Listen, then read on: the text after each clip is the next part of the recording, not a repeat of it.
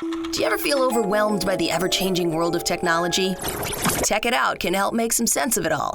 Breaking down geek speak into street speak, technology columnist, author, and TV personality Mark Saltzman covers consumer technology each week for every listener. Mark tackles the latest news, reviews, and how-tos to help you understand what's hot, what's not, and why. Hey everyone, welcome to Tech It Out, episode 337.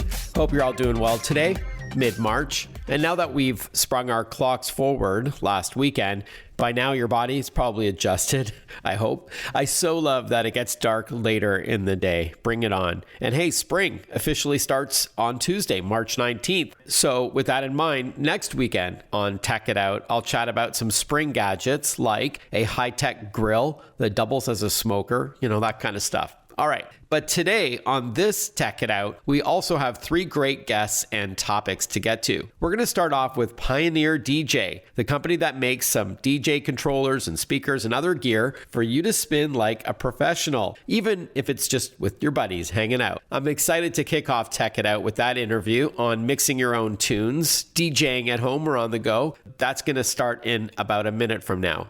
Then we'll talk with a company called RYSE, that's RYSE, to learn about its SmartShade product. It's an inexpensive way to motorize your existing blinds or shades, so long as it has a beaded chain, whether it's metal or plastic. So you don't need new blinds, just keep your existing shades or blinds, and this inexpensive gadget connects to the inside of your window, and then you can control it with the push of a button, an app, a smart speaker, or set schedules. So yeah, I do love that you can use your voice with a smart speaker, whether it's Alexa or Google or Apple HomePod with Siri, to tell your blinds to open or close. And it's great for those hard to reach blinds or for boomers as well. Maybe you've got dexterity challenges. I also like, again, as I mentioned, you can set schedules like having your blinds automatically open at, say, 7 a.m. and close at 7 p.m. You get the idea. So that's going to be in the middle of Tech It Out this week. And then finally, Verizon, they were at the Kentucky Derby on Thursday. And so I caught up with a couple of guys that work there by phone. They were at Churchill Downs. And so we're going to learn why the biggest wireless carrier in the country was at the Derby. All of this and more on an all-new Tech It Out powered by Intel Core Ultra PCs, ushering in the era of the AI PC. I'll tell you more about that shortly. But let's officially kick off a brand new Tech It Out with our first interview.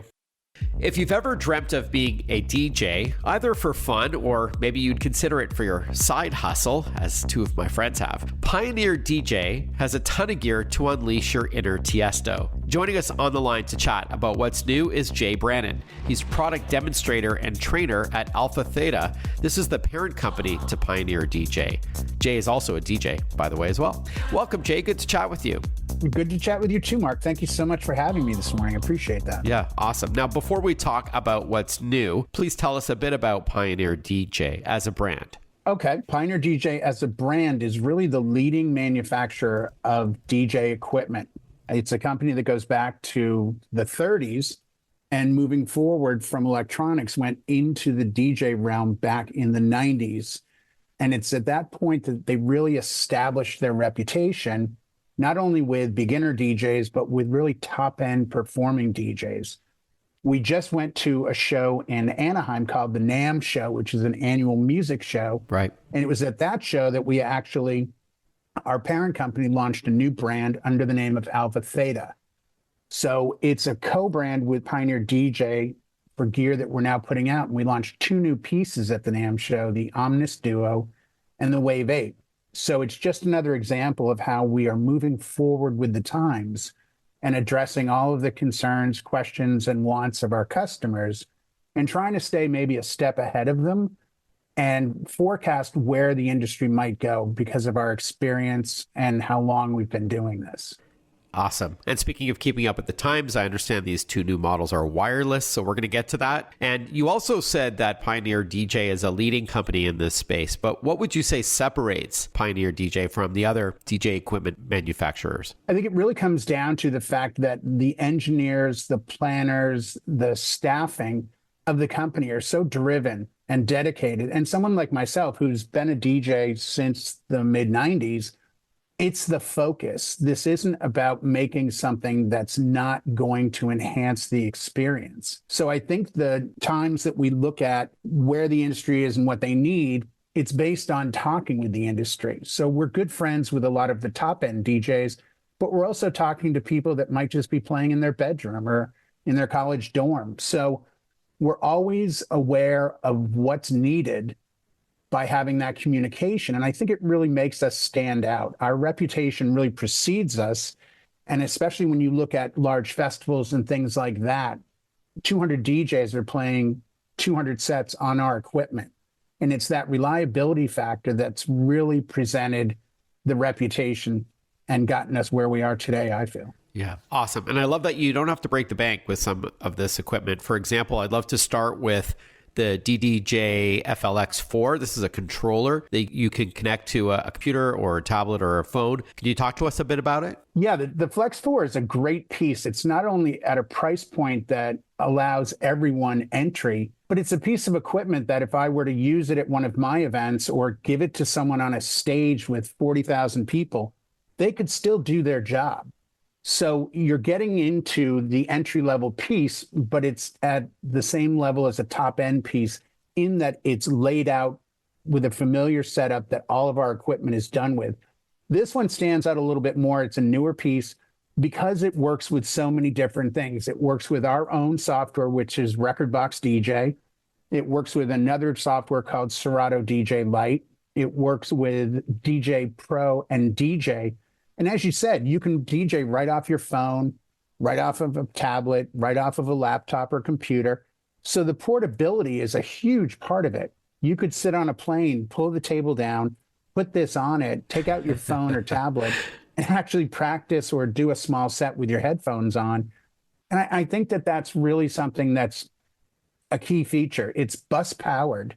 So you're not even looking around for a power source for it. It's going to be powered USB. And, you know, we want people to feel comfortable when they start. You don't need to, as you say, break the bank when starting in this career.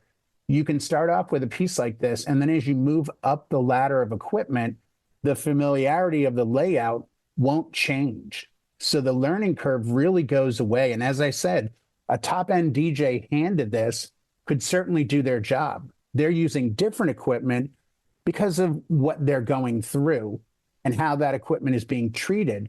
But someone at home who's just casual and has thought, I love music, I want to get into being a DJ, this is really a great starting point because the music is so accessible in our new world of streaming and, you know, that access point. For sure. And speaking of the layout, Jay, since this is radio or podcast, maybe you can just explain that it doesn't have real turntables, though it kind of looks like it. Can you explain what the controller looks like? Again, the Flex 4. Sure, I'd be happy to. When you look at the DJ industry as a whole and you say to someone, I'm a DJ, they tend to put their hand out in the air and move it back and forth. Like you're scratching.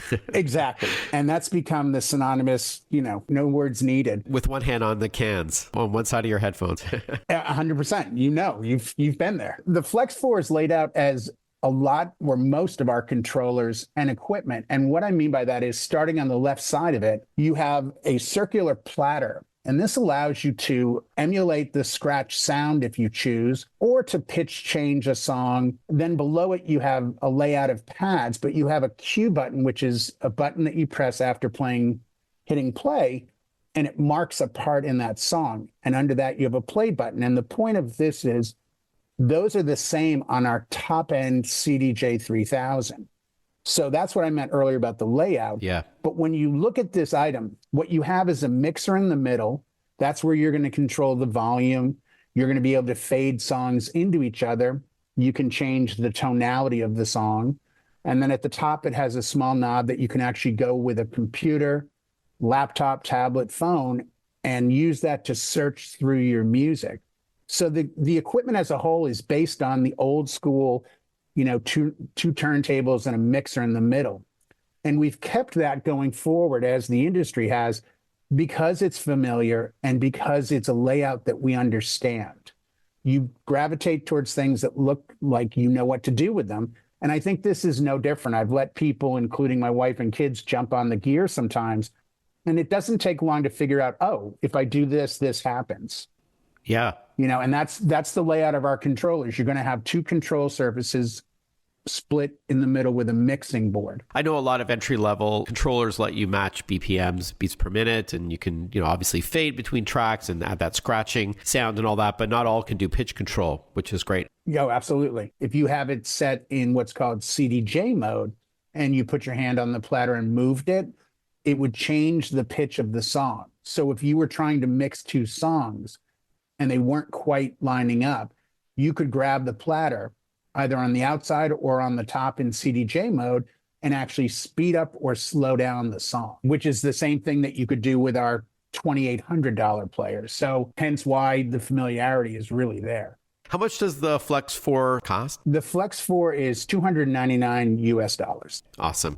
All right, there's a lot more to get to with Pioneer DJ to learn what's new from the company for budding DJs, or maybe it's your side hustle. We're also going to chat with RYSE this hour about its SmartShade product that can motorize any blinds or shades that has a beaded chain. And then we're going to talk with Verizon at the Kentucky Derby in Louisville, Kentucky, at Churchill Downs, in fact, all about the importance of a network. I didn't know about this, so we're going to chat with Verizon as well. You are listening to Tech It Out, powered by Intel Core Ultra PCs. I'm your host, Mark Saltzman. Stick with us. More with Pioneer DJ when we return.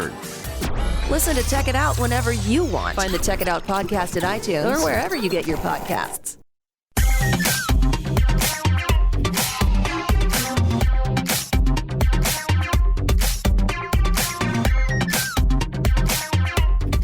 Welcome back to Tech It Out, powered by Intel Core Ultra processors. It represents the largest shift in Intel's CPU design in more than 40 years, adding generative AI capabilities to the laptop itself. This makes accessing your data more personalized, faster, and more secure than leveraging the cloud. Get immediate results by asking your computer something like, show me the email where I was promised a raise, or where are my wedding photos? The AI PC is here. More info is at intel.com/Core Ultra. We're chatting with Jay Brannan. He is product demonstrator and trainer at AlphaTheta. This is the parent company to Pioneer DJ, the brand that you likely know as a leading company that creates DJ equipment for both novices and professionals. We're learning about what's new from the company. We're going to get to the new two wireless DJ options that made their debut at the NAMM show recently. We'll get to that. Just before we move on though, Jay, can you just tell us a bit more about the compatibility with Rekordbox DJ, Serato Lite, DJ? This is all DJ software. It is. We as a company, we actually produce Rekordbox. So Rekordbox is a software that you could use with OS, Windows, iOS, Android. It's really pretty well versed, and it puts you into a world of, from a controller standpoint, the ability to use music on two decks. You can also use it as an export device to a flash drive on other things, but today's world with streaming and the access to music, since that's kind of moved away from the days of buying music the same way we did back in the past, this is really what's going on in the DJ industry. You don't see a lot of CDs anymore. Sure. You do see some vinyl, but the controller has really been embraced by all of us because it's made our lives easier.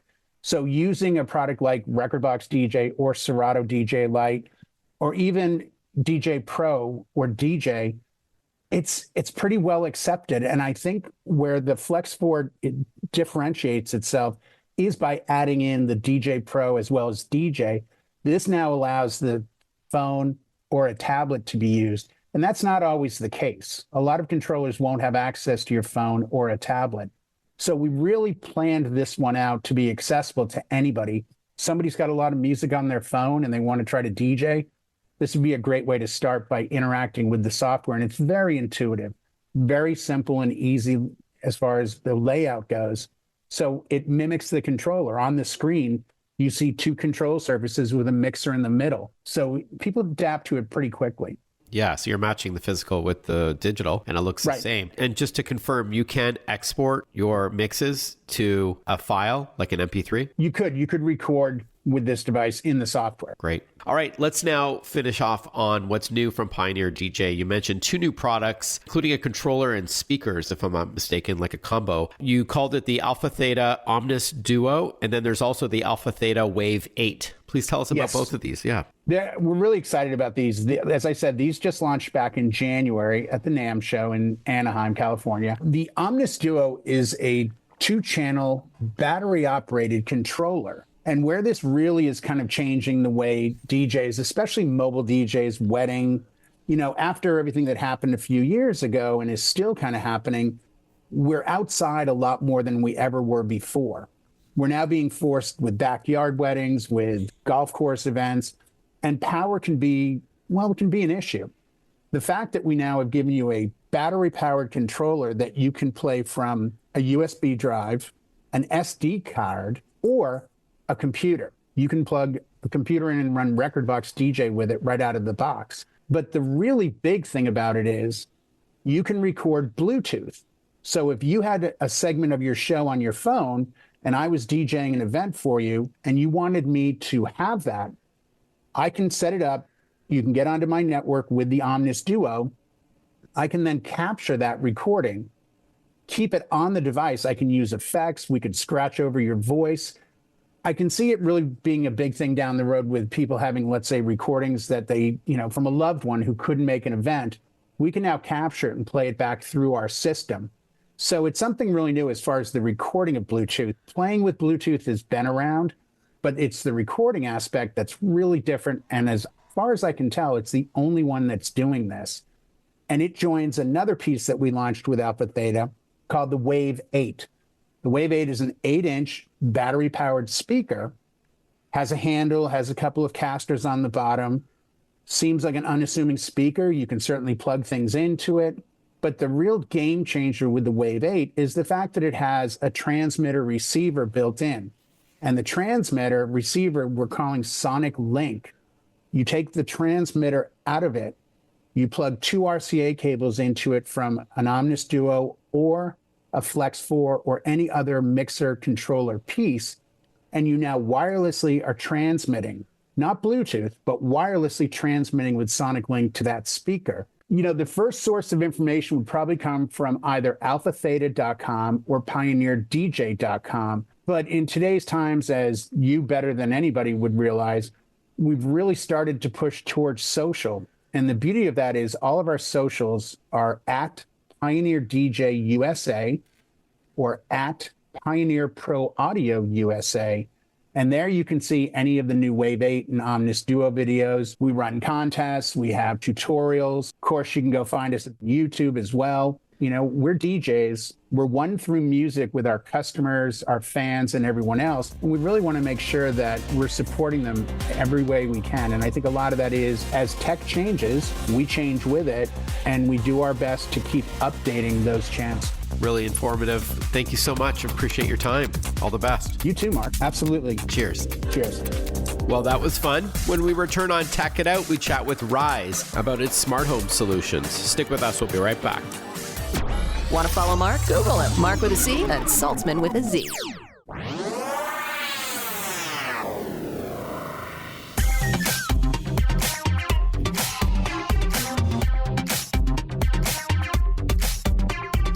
Breaking down geek speak into street speak. This is Tech It Out. Tech It Out with technology columnist, author, and TV personality Mark Saltzman. Welcome back to Tech It Out. Can you guess what the best performing category in tech is these days? It's not home entertainment like TVs. It's not smartphones, with sales kind of flat these days. And it's not laptops either. It's smart home tech with double-digit year-over-year growth. After all, it's easy and inexpensive to control your home better, using your app or your voice with a smart speaker, or to automate tasks altogether. And there are a lot of innovative companies doing great things. One is called RYSE, spelled RYSE. It's a Toronto-based company with a product called the RYSE SmartShade. It's an affordable and easy way to motorize your window shades to help save time and energy. We're joined by Trung Pham. He's founder and CEO of RYSE. Thanks for your time, Trung, and it was good to meet you in person at your head office a few weeks back. Thanks for having me, Mark. Now, hey, before we talk SmartShade, tell us about the popularity of smart homes. And when we do talk smart homes, what are we referring to exactly? So smart homes, it's really the idea that you can control every little thing in your home with your smartphone, voice, or even automate them based on how you live, adding greater convenience and privacy. For example, you can come home from a long day at work and your smart home can recognize this. It can automatically set the room temperature, dim the lights, and close the shades during this evening to really set the mood to be more relaxing and cozy. Another great example is if you're away on holiday, you can have your lights and shades operate at set times or remotely to give the impression that you're home and add another layer of privacy. All right. So smart home solutions, depending on what it is, whether it's smart lights or smart blinds, Wi-Fi thermostat, or a video doorbell, these things can add peace of mind, convenience, like you mentioned, and cost savings, depending on the product. And I'd argue smart blinds can do all three. Yeah, so definitely. I think the convenience factor is by far the biggest factor, where you could schedule your blinds or use your voice to control it. It's great for seniors if they don't have the strength to pull the chains to open and close their shades. And peace of mind is really the idea of privacy. Again, being able to close and open your shades at set times. I know I actually had customers reach out and say they were looking for this product because one time when they were on vacation, they were actually burglarized because the shades were open. So they were looking for a solution just like ours. And cost savings is something a lot of consumers don't realize with smart blinds. But if you can control your shades and close them when it's hot and sunny, you effectively block out that heat from the sun, and you reduce the amount of indoor cooling that's required in the room. So all three factors play a big role, and smart blinds can really target and provide these benefits to homeowners. All right. So speaking of smart blinds, what RYSE provides, called SmartShade, aren't blinds themselves. It's an aftermarket solution for those who already have blinds. Yeah, so RYSE was founded initially to solve this very problem, like you mentioned. Before RYSE was born, consumers weren't able to motorize the blinds or shades they already owned. They actually had to replace them with brand new motorized shades. Instead, all our products are designed to convert your blinds and shades into automated smart ones. Very simple to install, very easy and very affordable. All right. So because this is radio or podcast, maybe you can explain what SmartShade looks like. And that's one word, by the way, capital S on both smart and shade. It's something that you connect to your windowsill on the inside, and you need blinds with a beaded chain. Is that right? Yeah, so we work with any window shade that has a beaded chain, whether it's metal or plastic, and it's a rectangular shaped device. It installs easily on your window frame, and it loops the chain or cords through the device, and that's how you motorize it. Now, the great thing about the device is it's super easy to install. You could do it yourself without any tools, and it leaves no wall damage. So you could install our SmartShade device with 3M double-sided tape. It could be installed in a matter of minutes. Awesome. I did say window sill earlier, but I did mean the window frame. It could be to the left or to the right where the beaded chain is. And you said you don't need to hire someone professionally to install it. You can do it in a matter of minutes. And then do you join it to your Wi-Fi in order to use the app? Is that how it works? And I understand there's also an optional bridge, a smart bridge. Yeah, so with the standalone SmartShade device, you can control it with the buttons on the device. So if you're up close by the window, you could just press the buttons on the device to control it. Right. Or you could use the mobile app to control individual smart shades at once. The bridge is optional, but the majority of our customers, over 90%, do buy the bridge. And the bridge will allow you to create groups. So if you want to control 3 or 4 shades at once, it also allows you to create schedules or routines. So as I mentioned, you could have your shades open in the mornings at 7 a.m. to give you natural sunlight and close at 6 p.m. to give you some added privacy. And it's required to integrate with Google Home, Amazon Alexa, or Apple HomeKit. So it is a fundamental part of the product. Just to be clear, if you don't purchase the Smart Bridge, which is optional, then you can still open and close your blinds on demand by pushing the button on the device itself or by using the app. And then if you do have this Smart Bridge, you can set schedules and timers. So even if you're not at home, or just to automatically open up or close certain times of the day, use your voice with a smart speaker. And also the Smart Bridge is for when you have more than one smart shade in your home, as you can create groups. Correct. That's exactly right. We are chatting with Trung Pham. He's founder and CEO of a company called RYSE. That's RYSE. Their first product is called SmartShade. It's an affordable and easy way to motorize your existing window shades. All you need is a beaded chain, and it's easy to install on your own. The optional SmartShade gives you even more automation and control should you want it. For the Smart Bridge, Trung, is this a little box that you connect to your router? Is that fair? Yes. So the Smart Bridge, you could either connect it to your router via Ethernet, or you could just connect it into a plug-in. It does have built-in Wi-Fi. Oh, I see. So you could place it around anywhere in the home where you have a power outlet. And I know this is your first of many products, Trung. Talk to us about what's coming next from RYSE. So we're launching a new product this summer called the RYSE Smart Curtain. And this is a extremely easy to install device. It can be installed in under a minute, and it basically hangs on a curtain rod or curtain track. So the idea is that it's another rectangular-based device. It hides behind the curtain, and it moves left or right in order to open and close the curtain. And we're also in early stages of research and development of a new product for blinds that tilt. So imagine the traditional tilt-operated blinds via a wand or rod. We're able to tilt that, and that's going to be launched in early 2025. Talk to us about pricing. So the RYSE SmartShade starts at $149 US or $199 Canadian, and you can buy directly from our website, helloryse.com, or even at Best Buy retail stores. helloryse.com. And again, RYSE is RYSE. And the Smart Bridge, how much does that cost? The Smart Bridge is $49 US or $69 Canadian. All right, Trung, great chatting with you once again. Thanks so much for carving out some time to chat, Trung. Be well. Thank you. Before we take a short break, did you know that shoppers are 3 times more likely to enter an unfamiliar store if it displays a Visa logo? And customers are 5 times more likely to think a merchant is reputable. This is because Visa has invested billions over the years in fraud prevention, so you don't need to think twice about shopping at retail or online with your Visa card. Visa is deploying advanced technology to ensure customer data is not vulnerable, no matter where transactions take place. And that includes technology like tokenization and a lot more, which you can learn more about at visa.com/security. We head to the Kentucky Derby when we return on Tech It Out. Stay with us. Breaking down geek speak into street speak. Tech It Out, hosted by Mark Saltzman.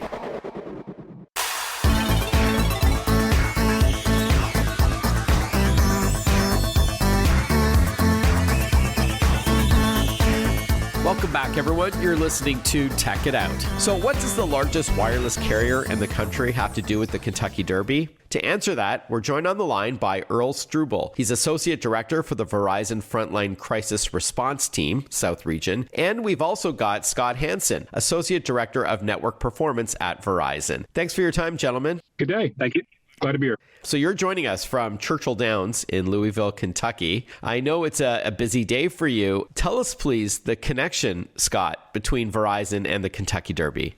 Thank you. We are very good partners with the track, and every year we deploy additional nodes. We increase our network capacity to meet the ever-rising demands of data on our network. We always have a good penetration of our customers in the crowd, so we need to make sure that our network, both inside the track and outside, as people come in and as they leave, can handle the needs that our customers put on the network. Fair enough. And Earl, we're going to get you in a moment to talk with us about some of the frontline work that you're doing. But Scott, in plain English, what is 5G? And what are the benefits to these new network upgrades, including the 5G C-band spectrum? Well, I'll tell you what. So I'm going to put it in terms, I was fortunate enough to do a Verizon commercial several years ago, and I kind of coined a little phrase. It's like an 8-lane highway compared to a 2-lane dirt road.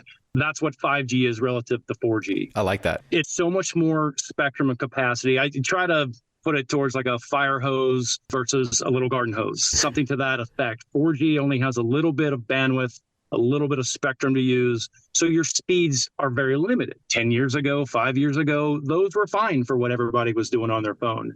Not anymore.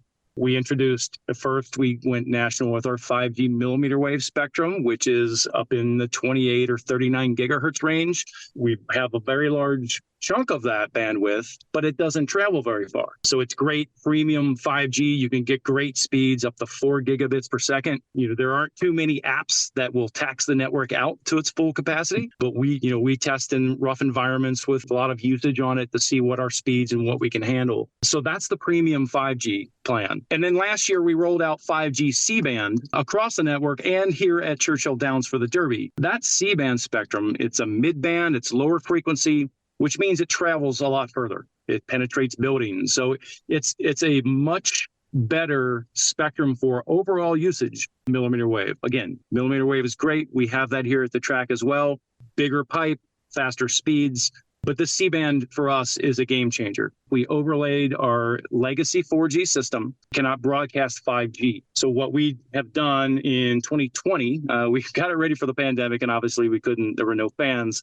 But that's when we launched the millimeter wave overlay here at the track, which ironically we got to use. We provided coverage in Wi-Fi and network for first responders, because even though there were not fans here, there were still about 10,000 people inside the track, from all the horse racing, security, whatnot. So we were able to utilize that 5G to provide them with network where they wouldn't necessarily have a land drop, because now they're scanning people out in the parking lot, checking their COVID status. So they don't have land drops way out in the parking lot. So we used our millimeter wave network to provide that for them. Fast forward to last year, we deployed 16 C-band nodes around the track, and it's not one for one, it's not in every zone. We targeted the infield and the paddock area where there's a lot of traffic. The C-band picked up about 20% of the overall traffic we had on race day. Quite a different amount of volume we're seeing now that we've got C-band deployed. We're up 80% from pre-pandemic, just last year's Derby. And we expect another big jump this year. We're chatting with Scott Hansen, Associate Director of Network Performance at Verizon, joining us from Churchill Downs in Louisville, Kentucky, at the Kentucky Derby, in fact. And now let's hear from Earl Struble, who's Associate Director for the Verizon Frontline Crisis Response Team, South Region. So, Earl, speaking of this network, tell us what Thor is. Thor, of course, is a god in Norse mythology and a Marvel movie and comic book character, but I know it's an acronym. And how is it tied to first responders?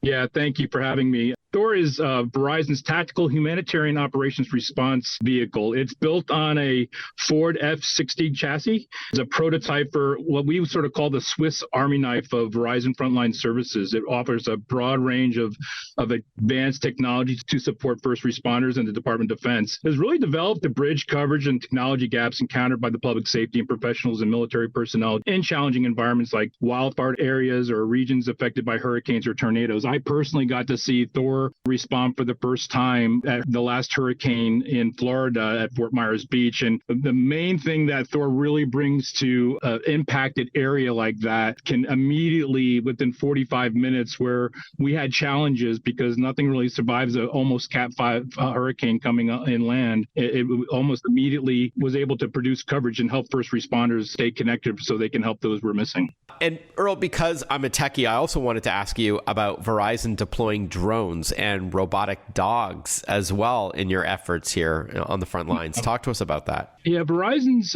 frontline UAS program has really made a huge leap this past week. We made the announcement that we've invested in the Skydio X10, which really future-proofs our program, allowing us to utilize our network in unique ways where this drone capability becomes a platform for us, where we can give situational awareness through utilizing our 5G network to joint operations centers, otherwise known as JOCs, where they can stream live video from these drones back to a JOC to give them situational awareness. So we look at this new cutting-edge technology as a platform for us to really showcase the capabilities of Verizon's strong 5G network. It also translates really well into robotics.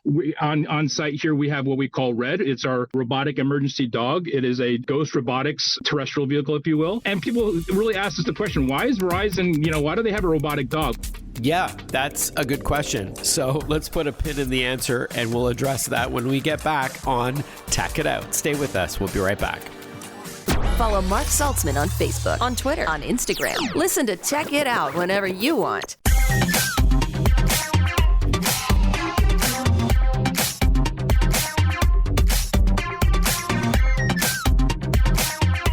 A few more minutes with Earl Struble and Scott Hansen from Verizon. They're joining us from the Kentucky Derby in Louisville at Churchill Downs. Before the break, Earl, you talked about RED, a robotic dog, and why Verizon would use one. I'm assuming it's for search and rescue and things like that after a natural disaster, perhaps? That's correct. We see this as a platform to be able to send this object, in essence, downrange. The human body really can't go. So think of CBRNs, chemical, biological, radiological, and nuclear type of conditions that might happen after a hurricane, where we don't want to send people downrange that get harmed. We use these objects, these robotics, to go downrange, and we can equip them with a myriad of sensors to pick up different particulate matter in the air and send that information not back just locally, but since we're using our 5G technology, we're sending that information back to a jock that could be 5 miles away or 5,000 miles away to pick up that information to make sure that, in essence, our first responders are staying safe. And we can also use it in other operations where we can use them for search and rescue, using their infrared FLIR technology to distinguish between warm bodies and cold bodies. So at the end of the day, in simplest terms, these are all different platforms, from Thor to UAS to robotics. All of them can be connected with Verizon's 5G technology to give information back to first responders and allow them to make data-driven decisions.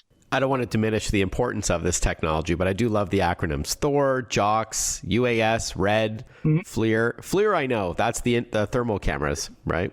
That's correct. Yeah, there's a lot of, I was actually holding back a little bit. I was going to talk a little bit about ultra wideband, MEC, but for the most part, I tried to keep it very simple. Hopefully you get the gist, or your listeners will get the gist of what we're trying to accomplish. Yeah, I think so. And then Scott, before we wrap up, what's next for 5G from Verizon? You already talked to us a bit about the 5G C-band spectrum. What can we expect going forward? So I'm feeling a little bit left out on the acronym part, so I've got to at least mention the word DAS. So our legacy DAS here at Churchill Downs, distributed antenna system. So we throw that in there. So what's next here is long term, we're going to be doing, it's not us, we don't own the venue or the system, but they're going to be doing a full rip and replace. Again, this is a legacy DAS. It's been around for over 10 years. It can only support 4G. It utilizes old coaxial cable, not fiber. Like newer systems are fully fiber run, smaller antennas. That way we can get more antennas, more places, further away, cover things better. The antenna broadcast patterns are so much better than they were 10 years ago. So think about, say we've got a 2 foot by 4 foot antenna somewhere. Its coverage pattern is ugly. When you look at them at the overhead map, the infrared coverage predictions, they're all over the place. They're covering behind, they're covering up, down, on the side. So it's hard to keep our zones in tight order. So you look at the infield here at Churchill Downs, it's kind of funny whenever we put our coverage map out, everything's a neat little square. So this zone covers this neat little square, but in reality, it's covering all over the place. One zone on the east end of the infield could be touching on the west side. So that creates pilot pollution, that creates interference. So the performance isn't as good. What's next here at Churchill Downs is when all of those systems, the DAS itself, the equipment in what's called the head end, that's where all the source radios and they're called basebands, but essentially it's the computer that runs the radio or a cell site. All that equipment is in the head end. We're able to reduce the footprint, reduce the power usage. As we go to this newer equipment, we can put better antennas out there. We can cover the zones, maybe even a square. So that's what's next out here. Our C-band that we've launched is only limited, but once that system is fully replaced, we'll have C-band in every spot across the track, inside, outside, in the infield, grandstands, every new building they put up. Last year, they put up the brand new Turn 1 Club between turns 1 and 2. So that was a race to get our system on the air there right before the race weekend. This year, they're doing a little stadium where the old paddock used to be behind the Twin Spires. So that has completely changed our coverage. So where now I've got a node that's shooting into a brick wall that we have to see if we can get removed and put outside so we can actually cover people and not, bouncing off the walls and trying to cover a few people here. We're still going to have a great Derby this year. Can't wait. Fastest 2 minutes in sports. It's one of the highlights, being from Kentucky and then being able to be here. It's my 10th Derby in a row. Yeah, so my first one was American Pharoah. Got to see him not only win the Triple Crown, so first leg of the Triple Crown, but the final leg of the Grand Slam at Breeders' Cup. All right. Awesome. Verizon.com has more. And Earl and Scott, hope you enjoy the rest of your time at Churchill Downs. Sip some good bourbon for me in Louisville. And thanks again. Have a great day. Thanks for your time. Appreciate it. Thanks for having us. Hey, thank you for tuning in to Tech It Out, everyone. A huge thank you to Intel and its Core Ultra platform, the first true AI PC. And speaking of computers, thank you to Western Digital for your reliable external hard drives. So head over to intel.com and westerndigital.com for more. Have a great rest of your day, everyone. And I look forward to catching up with you next time for another episode of Tech It Out. Bye-bye for now.